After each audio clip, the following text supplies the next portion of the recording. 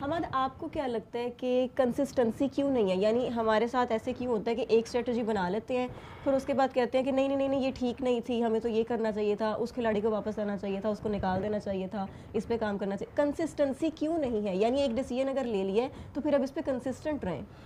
देखिए, जैसे अफसान ने बात की है ना, सिस्टम का इशू है। एक तो एक प्रॉपर चैनल के थ्रू बैटर्स या प्लेयर्स नहीं आ रहे। हम टेस्ट क्रिकेट की परफॉर्मेंस पे T20 के प्लेयर सेलेक्ट करते हैं। एक तो ये हमारा मसला है। अब आगा की अगर बात करें तो सलमान अली आगा टेस्ट क्रिकेट की बेस पे ODI खेले और ODI की परफॉर्मेंस पे वो T20 के कैप्टन बन गए। देखिए, एज अ प्लेयर मैं बिल्कुल अग्री करता हूँ कि he is a very good player, लेकिन आपने ज़्यादती की उनको कैप्टन बना के, और फिर जब उनको कैप्टन बना दिया तो फिर उनको जब उन्होंने एज अ कैप्टन उन्होंने मांगा था कि नंबर 4 पे मैं खेलूँगा, तो उनको वो पोजीशन जारी रखनी चाहिए थी। तो ये मसला है। और जहाँ तक बात है कि कंसिस्टेंसी इसलिए भी नहीं है कि इनसिक्योरिटी है प्लेयर्स में शायद, कि उनको पता है कि अगर एक मैच में परफॉर्म नहीं करेंगे तो अगले मैच में बाहर हो जाएंगे। जैसे हसन नवाज के साथ हुआ, एक क्रूशल मैच था, ख़ास तौर पे जब शिवम दुबे जैसे बॉलर जो कि 125 130 की बॉल करते होंगे, हसन नवाज उनको बहुत अच्छा चार्ज कर सकते थे डाउन द ऑर्डर। तो ये गलतियां हैं मैनेजमेंट की तरफ से काफ़ी सारी हैं। और नए बॉल के साथ जो बात की आप साहब ने, मेरे ख्याल से एक बेहतरीन ऑप्शन है वसीम जूनियर। एक तो वो बॉल रिवर्स भी करते हैं, नया बॉल भी करते हैं, पुराना भी करते हैं, और डाउन द ऑर्डर वो अच्छे हिटर भी हैं, पिंच हिटर भी हैं। तो प्लेइंग 11 में मेरे ख्याल से चांस उनको देना चाहिए। अब 2 मैचेस ऐसे हैं जो कि डू और डाई हैं, तो अब चांसेस नहीं लेने चाहिए। अब आप फुल स्ट्रेंथ से अब जाएं और अपने 2 मैचेस खेलें। बिल्कुल। जुहेब, आपको क्या लगता है कि ये जो कंसिस्टेंसी का ना होना, ये प्लेयर की मेंटल हेल्थ को, उसकी फिटनेस को किस तरह से इफेक्ट करती है? और फिर इस वजह से ही ऐसा होता है कि वो प्रेशर नहीं ले पाते और फिर हम देखते हैं कि उनकी बॉडी लैंग्वेज कॉम्प्रोमाइज़ हो रही होती है। इस वक्त जो टीम के साथ प्रॉब्लम चल रहा है, इस वक्त टीम के साथ प्रॉब्लम चल रहा है वो लीडरशिप का है। आप अपने कप्तान को देखेंगे, जब वो प्रेस कॉन्फ्रेंस में भी आता है ना, इधर खारिज, कभी इधर खारिज, कभी इधर खारिज, कभी चिंगम जो बाकी कप्तान बैठे हुए हैं, वो लीडरशिप क्वालिटी नज़र नहीं आ रही। जब आपकी लीडर में वो क्वालिटी नहीं है कि फ्रॉम द फ्रंट लीड करे, तो बाकी भी वैसे ही करेंगे। आप आदत बदलनी पड़ती है ना। जब वो अल्लाह ताला भी कहते हैं आपने मेरे से मांगना तो रो के मांगो, रोना नहीं आ रहा तो मुंह बनाओ, ऐसा ना।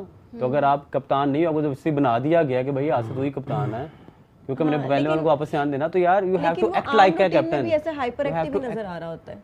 वो बात ये कि बंदर की तरह दरख्तों पे उछलते रहना, बाद में कहना कि यार मैंने बड़ा काम किया। मुनासिब है जी इस तरह। ये नहीं, मैं तेरे नाम नासिब पाकिस्तान के कप्तान के बारे में बात करते हुए, देखिए पाकिस्तान के कप्तान के बारे में क्या कुछ निकाल गया जो बाबर था, आज भी बड़े बड़े। तो जनाब आप यहाँ पे सुना ना, नहीं मैं आपने हमने कहा, हमने हमसे नहीं, मैं आपका नहीं कह रहा, लेकिन बात ये है कि ये पाकिस्तान के कप्तान के बारे में बात करते हुए अल्फाज ठीक होने चाहिए। लेकिन ये है कि हमारे यहाँ पे क्या होता है, हमारे प्लेयर्स अभी क्यों नहीं काम कर रहे, 90% प्लेयर्स इसलिए नहीं कर रहे बिकॉज उनके ऊपर प्रेशर है बहुत बड़ा बाबर का, क्योंकि उनको पता है हम नहीं जस्टिफाई नहीं ना करते टीम को, जो अपनी जगह को जस्टिफाई नहीं कर पा रहा, तो वो क्या कह रहा है, एक पे परफॉर्मेंस का भी प्रेशर है। इन चीज़ों को छोड़े मुझे ये बताएं कि जब कोई भी टीम, पाकिस्तान या कोई भी, जब मैच हारती है तो फिर उसके बाद ऑब्वियसली एक प्रेशर तो होता है ना, एंजाइटी होती है, नींद का आना, ये सारी चीज़ें भी तो इफेक्ट करती है ना। तो इसके लिए आपको नहीं, ऐसा नहीं होना चाहिए कि प्रॉपर ही तरह से टीम को बताया जाना चाहिए, उनको प्रॉपर थेरेपिस्ट के थ्रू और या बाकी इस किस्म की डाइट के थ्रू उनको ये सारी चीज़ें बताई जानी चाहिए। बिल्कुल, उनके साथ प्रॉपर में खास इस पर कोचेज होंगे, डाइटिशियन होंगे, न्यूट्रिशनिस्ट होंगे, इनके फिजियोज होंगे, साइकोलॉजिस्ट होंगे, इनके साथ होंगे, आई होप सो। लेकिन अगर वो उनकी बात सुने तो फिर बात ये कि आप अगर उसको कह रहे हो कि यार आपने इतना सोना है, इतना खाना, इतना पीना है, ये खाना वो पीना है, और आप बात ही नहीं मान रहे, तो आप तो। अच्छा, आपको कौन से प्लेयर की फिजिकल फिटनेस कॉम्प्रोमाइज़ नज़र आई? मुझे इस टीम में मुझे इनकी फिजिकल से ज़्यादा मेंटल जो है ना, वो कैपेसिटी जो कंप्रोमाइज़ नज़र आई। मुझे लगता है कि यार बहुत ज़्यादा थके हुए हैं, इनको आपस में जेल नहीं है, ये चीज़ ज़्यादा नज़र आई। बाकी फ़िटनेस अगर इंडिया के साथ कंपैरिजन करें तो हमारा ज़मीन आसमान का फ़र्क है, बिकॉज वहाँ पे अंडर-19 से फिटनेस पे काम होता है, हमारे यहाँ पे नहीं होता काम। इवन NCA में जाएंगे तो वहाँ पे आपको इतना कोई फिटनेस पे काम होता नहीं नज़र आएगा, because I work for Pakistan cricket board, तो मैंने काम किया हुआ है, तो मुझे आइडिया है। हमारे यहाँ पे कल्चर ही नहीं ना एक्सरसाइज का, हमारा टैलेंट से लोग आते हैं।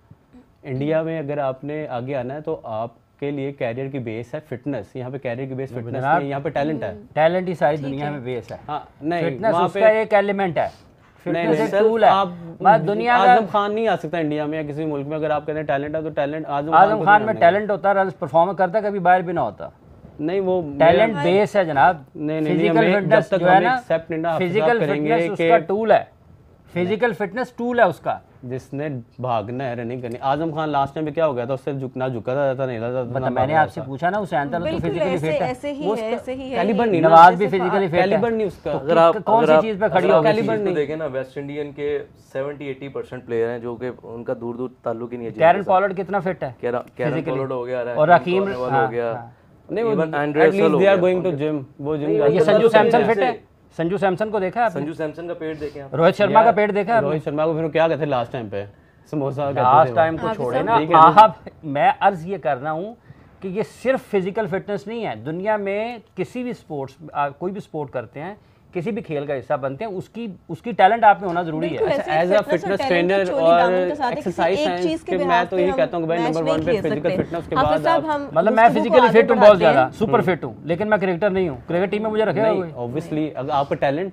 Plus physical fitness. भाईजान पहले क्या है, आजम खान टैलेंटेड है लेकिन फिजिकल फिट नहीं है, सिंपल।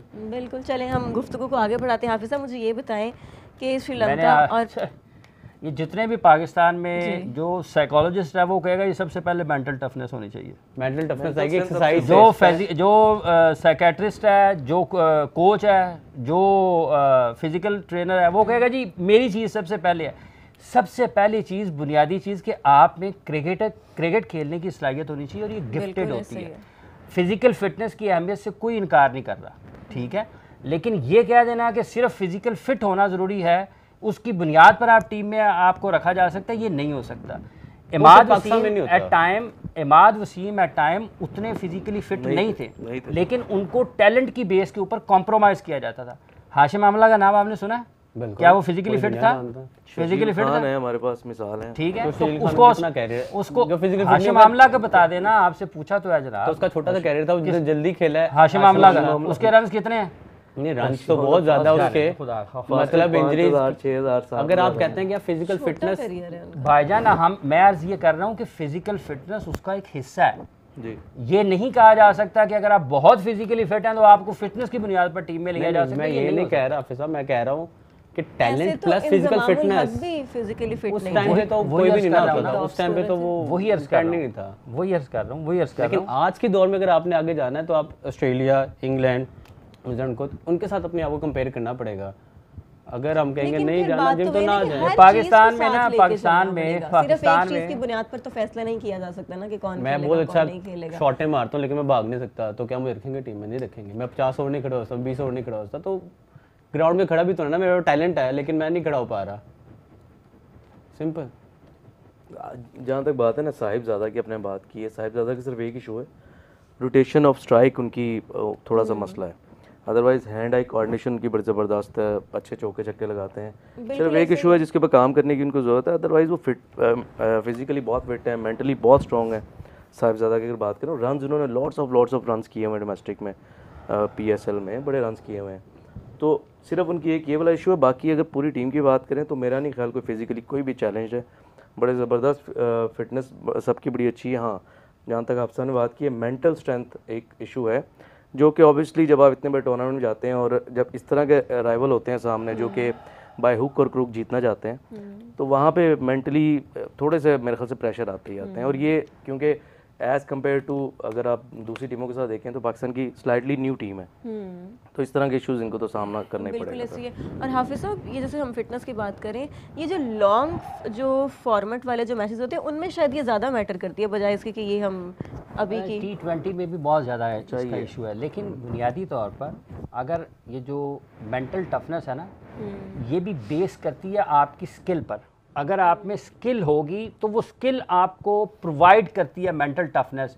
जब आपकी स्किल चैलेंज होती है ना, तो आपको वहाँ से अगला सवाल ये होता है कि आपने इस चैलेंज को कैसे लेना है, मुश्किल आई है आपने कैसे निकलना है, ठीक है। अगर आपके पास 10-12 रन पर ओवर आपने करने हैं, तो क्या आप में वो स्किल है कि आप दुनिया के बेहतरीन बैट्समैन को खेलेंगे? तो वो स्किल आपको मेंटली टफ करती है, जब मैं कर सकता हूँ। वीरेंद्र सहवाग ने अगर इंजमामुल हक के बारे में ये कहा कि यार ये आज से 2007 उनका आखिरी मैच था ना, तो उसको 18 साल हो गए गए हुए इंटरनेशनल क्रिकेट से।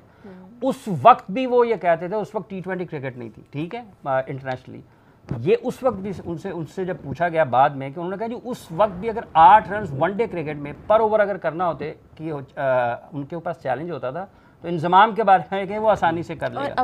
वो स्किल के ऊपर करता था, वो कितने की उसकी फिजिकल फिटनेस में। स्किल आपको मेंटली टफ करती है, फिर पर्सन टू पर्सन वेरी करती है कि यार ये बड़ा स्किल्ड है लेकिन एट टाइम किसी जगह पर आगे ये फंस जाता है।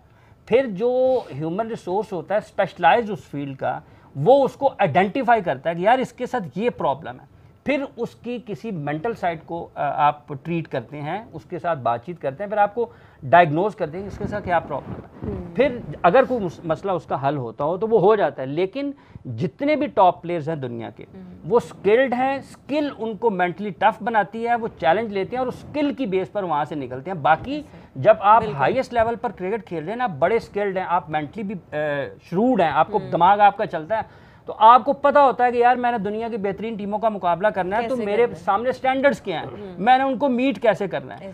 आपको हर टीम में एक दो ऐसे होंगे कि जिनको आपको धक्का लगाना पड़ता है, यार ये करना है, वगरना जो ज़्यादा तादाद है लोगों की हाईएस्ट लेवल पर, वो ड्राइव करते हैं अपने आप को, निकलते हैं।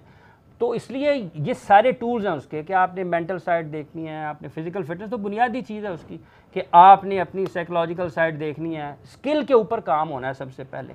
मतलब नवाज़ के सामने बॉलिंग हो रही थी तो क्या वो क्यों नहीं छक्का लगा उससे? साहिबजादा के सामने जसप्रीत बुमराह था, क्यों लग गया? उस पर स्किल थी ना, उसको बॉल आया, उसने इधर मारा, ठीक है। फिजिकल फिटनेस क्या है, वो पीछे गया है, पिछली टांग उसकी स्ट्रॉन्ग है, खड़ा हुआ है, बॉडी को ऊपर लिया, उसने बाहर फेंक दिया। तो ये टूल्स हैं उसके सारे के सारे, साथ मिलते रहते हैं। तो ठीक है, क्रिकेट पाकिस्तान अच्छी क्रिकेट खेले, यही लोग अगर अच्छा खेल रहे होंगे उनके बारे में अच्छी भैया मेंटली टफ हो जाएगा। कोहली का मैं सुन रहा था, क्योंकि जो श्रीलंका है अच्छा खेले, श्रीलंका अच्छी टीम है,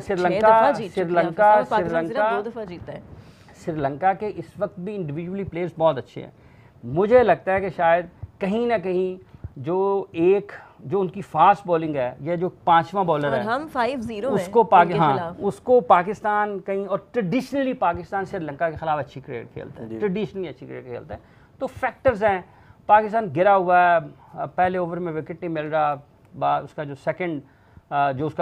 सेकंड बॉलर है सेकंड ओवर के लिए, वो पेयर नहीं है उसका, मल्टीपल रीजंस हैं उसकी, एक के बाद एक इश्यूज इतने ज़्यादा हैं कि उसको रोज़ाना की बुनियाद पर फिर आपकी जो टैक्टिकल मूव करते हैं आप, वो इतनी गलत होती हैं, अकॉर्डिंग टू सिचुएशन वो उसको मीट नहीं कर रही होती। तो बड़ी चीज़ें हैं, लेकिन ठीक है, अच्छा खेल जाए पाकिस्तान, साहिबजादा अच्छा खेल जाए, फ़खर अच्छा खेल जाए, अगर हसन नवाज़ को डालते हैं वो अच्छा खेल जाए, विकेटें ले पाकिस्तान। मेरे ख्याल से अबू धाबी सूट करती है पाकिस्तान को। एक तो फिर किस प्लान थोड़ा के ट्रू साथ है ना, थोड़ा बैटिंग के लिए आसान है। आपको क्या लगता है किस प्लान के साथ उतरना चाहिए? मेरे ख्याल से पाकिस्तान 3 फास्ट बॉलर के साथ जाना चाहिए पाकिस्तान को।